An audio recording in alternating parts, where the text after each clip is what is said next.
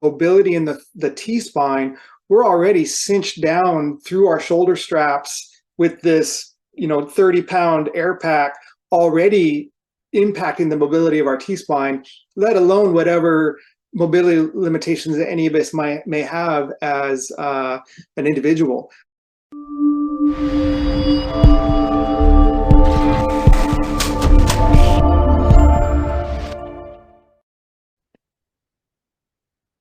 Welcome back to R.I.T Team Radio. I'm joined again with Ryan Provencher of Firefighter Peak Performance. We're at part 2 of flexibility and mobility, looking at the sciencey side, more of exercise science, physiology, looking at research. That way we can have an understanding of what's already out there. What does the literature say? So then when we drift over to part 3, we can give you more actionable items. We can give you more takeaways of things to integrate into your training program. So really quick, before we get into the sciencey aspect, Ryan, can you kind of give us just a very, very brief rundown? What is flexibility and mobility? And just a general, I know we don't have to go to the full episode where we talked about the significance, but what does it mean to a firefighter? Yeah, so in part 1, we really dug into differentiating between mobility and flexibility, and of course we know that we can go so much deeper than just the surface level definition, but mobility being more active range of motion in a joint or a movement pattern, and flexibility being a more passive or range of motion at end range for each joint. And then we talked about how does that apply to firefighters in the physical line of work that we all are involved in. And when we talk about flexibility, we talk about mobility. Mobility being requiring or asking our body, demanding our body to go through this range of motion. And with that being said, I want to give, this is kind of let's add a mini lesson before we get into the researchy side and kind of highlighting and touching on the mobility aspect is our body is comprised of different joints that have different actions. And if you remember anything, function follows form. I learned this when I was in my undergrad and master's program, and my biomechanics professor kept hitting the nail on the head of function following form. So depending on the type of joints is the kind of action that joints can do.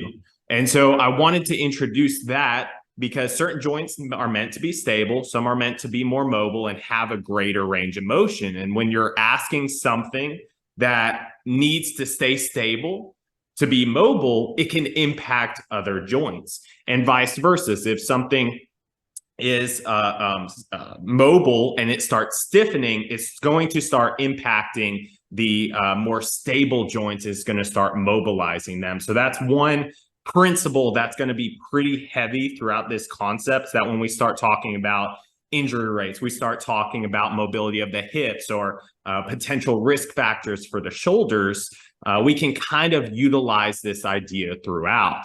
And then toward the end of this podcast, we'll talk about different mobility drills, different things you can do to assess in a daily fashion. So you can give yourself an indicator, where am I at from a mobility sense? And then as well as drifting more into part 3, we can start being prescriptive. We can start giving you resources, tools, action items, things you can implement day to day throughout your program that can assist you with mobility.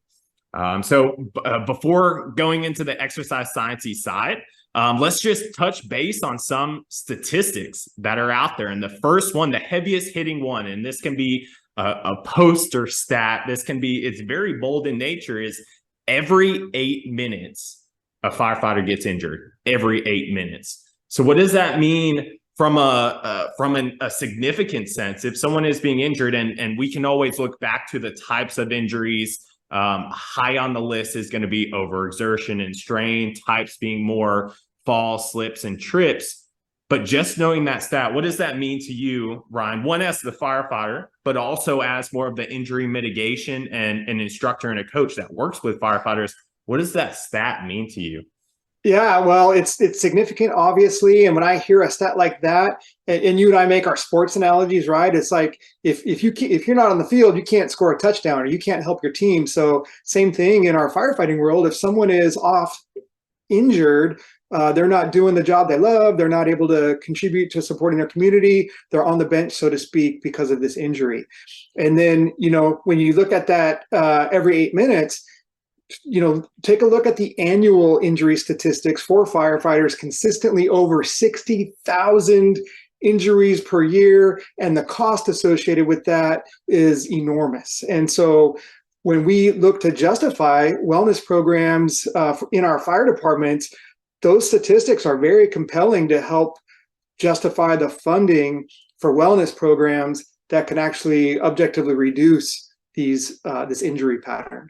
One, you mentioned the cost, right? The medical costs, the workers' comp claims, and so forth. And from a particular study and looking back at claims that evolved over the years, research from Phelps that was established in 2018, depending on the claim, could cost anywhere from $5,000 to $35,000, and that's per claim. That's not saying you could have one claim, and we know once you get injured, right? There's kind of it's kind of a twofold process, right? Once you get injured, you kind of decrease your physical activity. You might reduce your overall approach to fitness, and then therefore you just jump back in the field. And that concept in itself already sets you up for potential increase or reoccurrence of injury. But then just the kind of, depending on the nature, you might have structural damage, you might have kind of those complications where when you, again, jump back out there,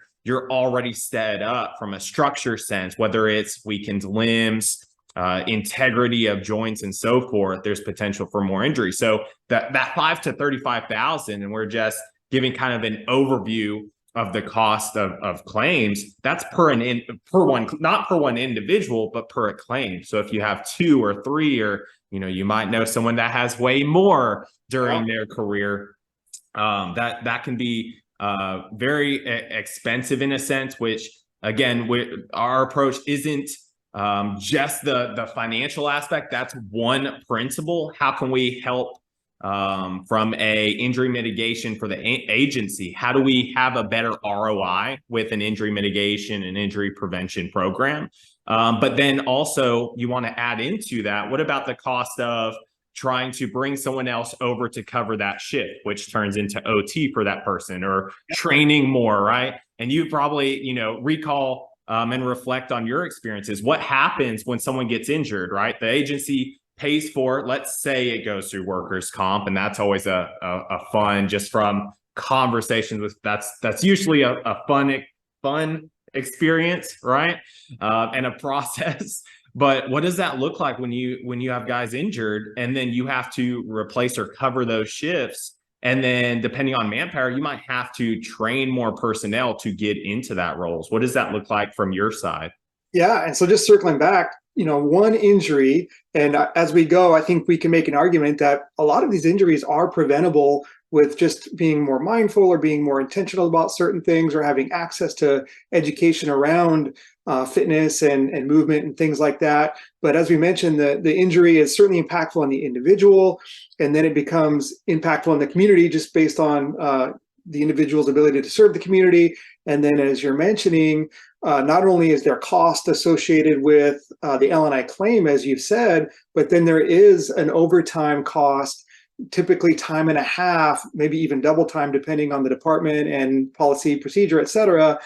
Those costs just add up. And so that's where I really, on the downside, you hate to see those statistics, but it really creates a compelling argument, for one, to get firefighters to really buy in on how important it is to pay attention to strategies that may help them to prevent injuries, and then also getting buy-in from agencies and entities to fund these wellness programs and injury prevention programs.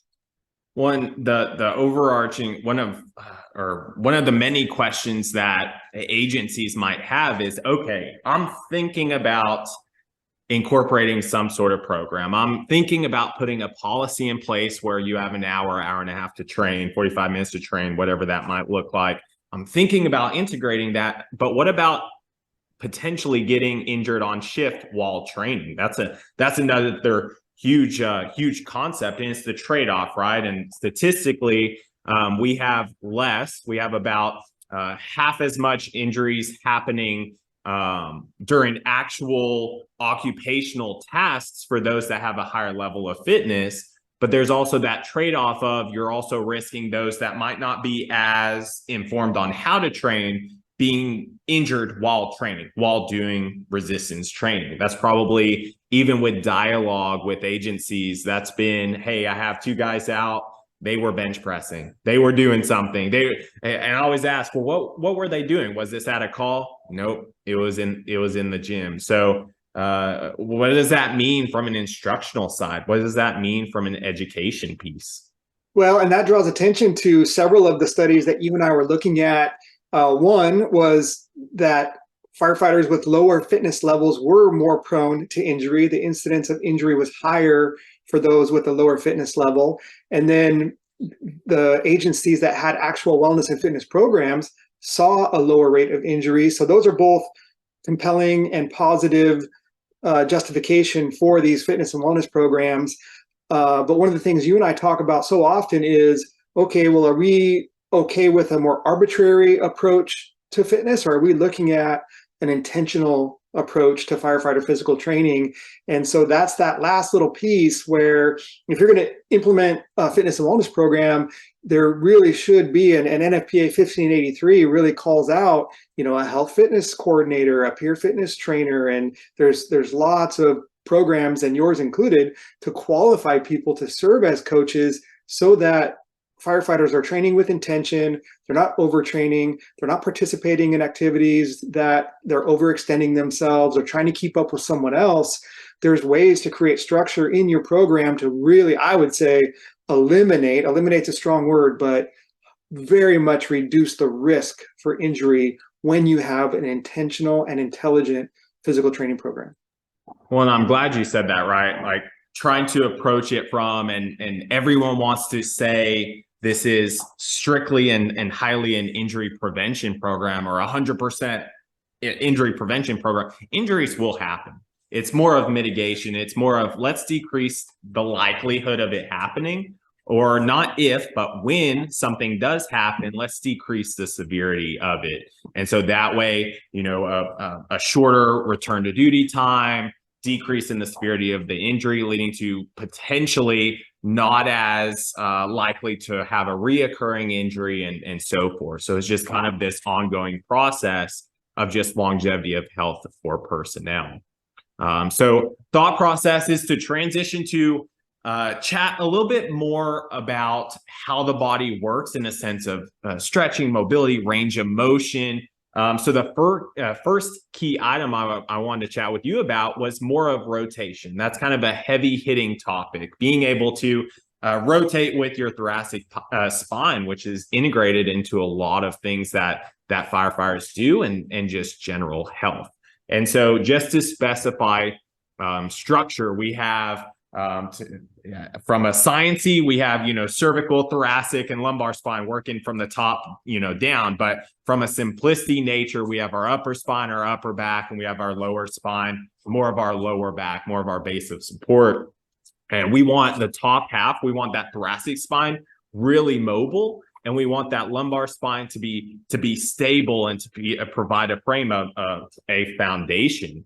And from an injury risk factor sense, the more that thoracic spine starts to stabilize, the less mobile it becomes, and the more it starts to stiffen, it's going to start pushing that to other segments. It's going to start pushing its way down to the lumbar spine. It's going to start pushing its way down to other joints. And that's where I talked about, and I want to mention that joint by joint model is when something that's meant to be mobile starts to stiffen, it starts working its way to other segments, and that demand is placed on something else, right? If it can't keep up with the demand, say you're rotating and the thoracic or the upper spine can't keep up with that, it's going to say, hey, lumbar, hey, lower back, I can't keep rotating. How about you finish the rotation for me?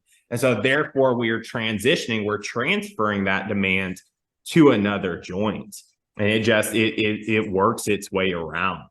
So what kind of, from a job task sense, what kind of tasks can you think of that require some sort of rotation? Well, yeah, and remember too, it's really important to kind of draw attention to the fact that when firefighters are working, oftentimes, certainly on a fire scene, we're wearing full turnouts and an SCBA. So when you're talking about mobility in the T-spine, we're already cinched down through our shoulder straps with this, 30-pound air pack already impacting the mobility of our T-spine, let alone whatever mobility limitations that any of us may have as an individual. So if let's say you're using a baseball bat technique to force a door, for example, and you're really going through an explosive rotation at the spine, and you talk about being mobile through your T-spine, stable through your lumbar spine, and then we want mobility through the hips, right, to help optimize the force that we use in that baseball bat technique. So any breakdown in the biomechanics of that really can add to the compensation or the loading of that low back and setting us up for injury.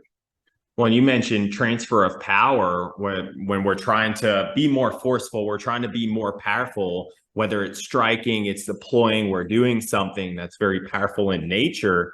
About a study found about 50% of the kinematics and that production of force is transferred, and about 50% is transferred from the lower body to the upper body through that generation throughout the spine. And so if we're having that much transfer and we're going, okay, lower body, hips, start that force production, let's transfer it through the spine and then out the upper extremities or up the upper torso. We're asking a lot of our spine. We're asking a lot of this segment of the body.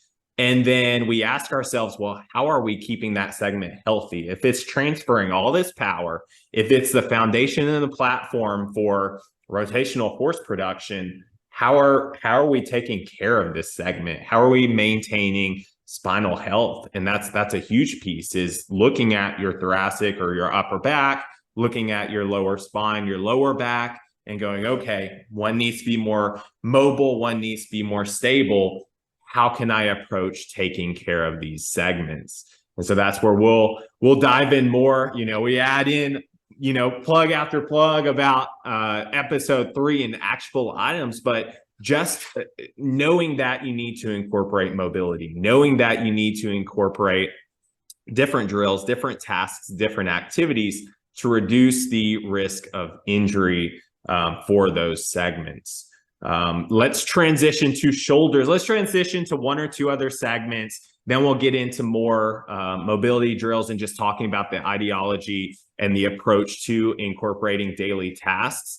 But looking at shoulders, just straightforward, do you incorporate overhead movements into job tasks within firefighting? What kind of shoulder movements do you do as a firefighter? Well, there's so many, and it's something as simple as just reaching back for your seatbelt or throwing your air pack. Certainly overhaul, where you're using a pike pole with force to breach a ceiling and pull a ceiling. So we do all kinds of overhead activities, either in subtle ways or very overt ways. And again, maybe we're wearing an air pack, maybe we're not. But when we're in overhaul, for example, we certainly are wearing an air pack. So you've got those straps that are already restricting your movement, and now you're using explosive force overhead. If you don't have a sense of that stability in the shoulder joint on the posterior side and the mobility in terms of range of motion to go overhead, you're already kind of setting yourself up to get hurt there.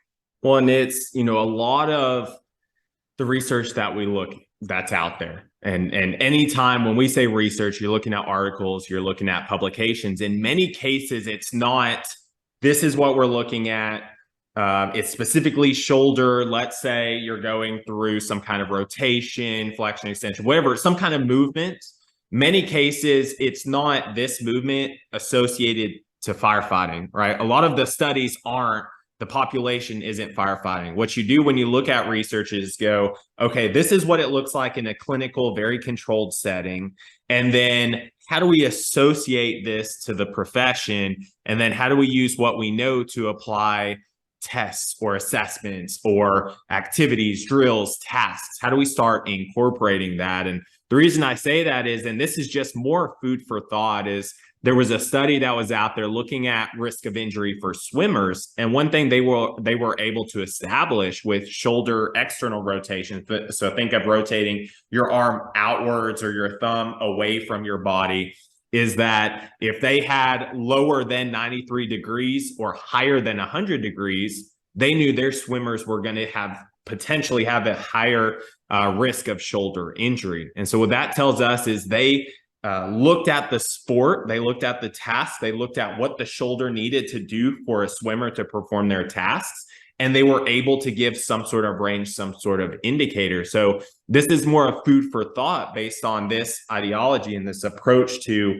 the task, the limb, the joint, and then an indicator is what kind of tasks do you do on the fire ground? What kind of tasks do you do in the bay? And then how do you start looking at those movements per joint and start establishing assessments and mobility drills and different tasks for them to do within their day-to-day regimen? Yeah, no, absolutely. And that's comes all the way back to what we talk about over and over again, is this whole idea of awareness and being intentional about how you approach your physical training, how you approach your firefighting. And the thing is too, it changes day to day. You may wake up just being super stiff through your shoulder based on a workout that you did or some other physical activity. And that's where I believe it's just so important to have a specific and comprehensive physical training program that every day, whether it's through a warm-up or a cool down or a dedicated mobility or flexibility day, to get a better sense of where your body is and what are you going to be capable of either in your workout or as a firefighter on that particular day.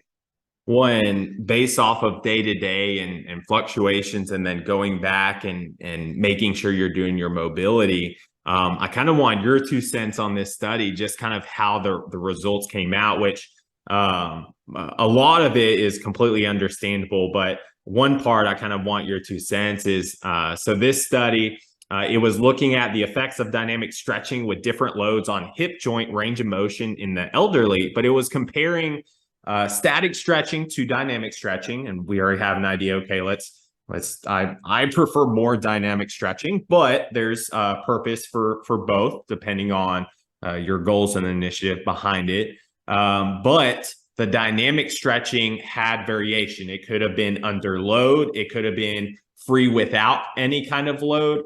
And they found that dynamic stretching with zero load, just passive stretching in itself, was the most effective way in comparison to load and actually utilizing the limb, utilizing some sort of resistance. Dynamic stretching without load actually assisted the most and was the most effective, but the effect only lasted or it sustained for about 60 minutes or more. So how does that kind of, what is your thought process in different types of stretches? And then why do you think without load, how they were able to really focus on just that individual joint and that individual muscle group versus something that's under load? So a couple of things come to mind for me. And, when we're looking at our programming for an individual, I really, in a whole first phase, whether you want to call it general physical preparedness or how you want to look at it, I really prefer to do a lot of body weight only initially, just to really get a sense of someone's movement quality in all of these movement patterns. We talked about push overhead, we talk about rotation.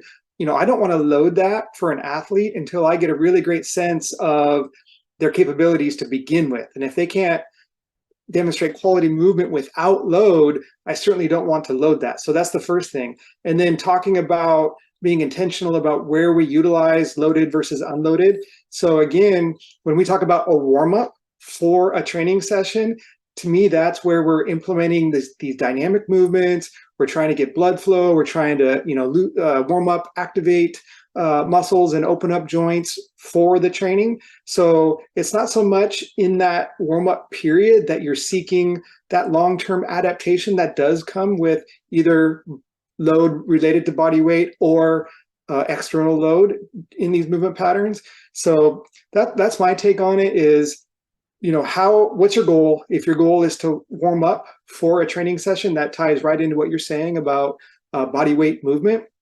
And then taking a step back, if we're talking about now a training adaptation. Let's see what the athlete's capable of in terms of movement quality with only body weight, and then we can start adding load and getting into specific adaptation to imposed demands and some of that other exercise science stuff that we look at for progress in our athletes. Well, and to continue the dialogue about mobility drills and different things you can do to just mobilize these different segments was another. And I always, I'll quote research. I'll give you the title. I'll post some links within the podcast description. But at any point, you have a question of, okay, that sounded interesting. I want to read more, and I always encourage to read more for viewers when you listen or anytime you hear research. Always dig a little bit more into it, because you need to know how many participants were involved, what was the methodology, and what instruments did they use to measure, and all these great things. So definitely try and dig a little deeper in these concepts. So feel free to reach out. We can send that to you. But one of these, which was looking at, this one was gender specific, but let me give you the title real quick. Gender difference in effects of proprioceptive neuromuscular facilitation, which is a big phrase right there, stretching on flexibility and stiffness of hamstring muscle. Now, what I liked about this research is it showed that when they were able to stretch the hamstring, it actually decreased the stiffness and kind of helped with the flexibility of the calf muscles. So to me, that kind of gives me this opposite approach from a assessment piece, right? So if we mobilize, or if we increase the flexibility of hamstrings, and it can help out with the calves, doesn't that work in the opposite manner, where if your calves are tight, it impacts your hamstrings, which impacts your posterior chain, which then can impact your hinging movements, right? So it's kind of interesting to know how these segments work together. So from a just general sense, what does that mean from a mobility drill or mobility tasks look like for you, Ryan? Well, and I think it comes back to what we've talked about, movement patterns versus body parts. And I think we can really differentiate or apply certain strategies when we're talking about mobility and flexibility. I do think functional range conditioning, for example, where you're doing targeted joint strengthening, and then that does help with global mobility. If you're strengthening your hip joints in a way that you can't do with traditional training, this targeted joint strengthening leads to improved mobility. You can do a joint by joint approach, I believe, but then again, it all has to be put back into the movement pattern at the end of the day. So that's, again, we talk over and over again, is your training comprehensive? Is your training specific? And these are the types of things that we're getting at, is you can have a very efficient physical training program where you're addressing these things in a very intentional way, covering all your bases. Well, and the last thing I want to add on here is more, again, expanding on that, the research article I had just mentioned from a gender specific standpoint, was the research found, yes, to a degree, from a musculature sense and a flexibility sense, males were a little bit more stiff and didn't have as much flexibility as females. And then even when they went through a stretching intervention, they were still a little bit more stiff. Granted, they were already a little bit more stiff when they had started, but there was no difference in the rate of improvement per gender, meaning that male or female, when you're going through these mobility tasks, both will reap the benefit of going through the drills and the tasks, and both will benefit at the same rate, right? So everyone needs to, no matter who you are, age, gender, needs to participate in flexibility and mobility drills. The key to this is understanding why, understanding the significance and why it impacts you as a first responder, as a firefighter. And so hopefully being able to take away these concepts, being able to understand the importance of mobilizing, of becoming more flexible but more mobile, and having a higher quality of movement, is it going to allow you, one, to have longevity of health, but have a very proactive and reactive approach to your career, and then to be able to not just make it to retirement, but to be able to enjoy your retirement. So hopefully all of you that are listening enjoyed more of the sciencey side to flexibility and mobility. And then once we drift to part 3, so be looking out for the next episode within this series, we will be talking about action items. We'll be giving you a lot more takeaways, a lot more things you can integrate into your training program, more tangible tidbits you can incorporate into your day-to-day.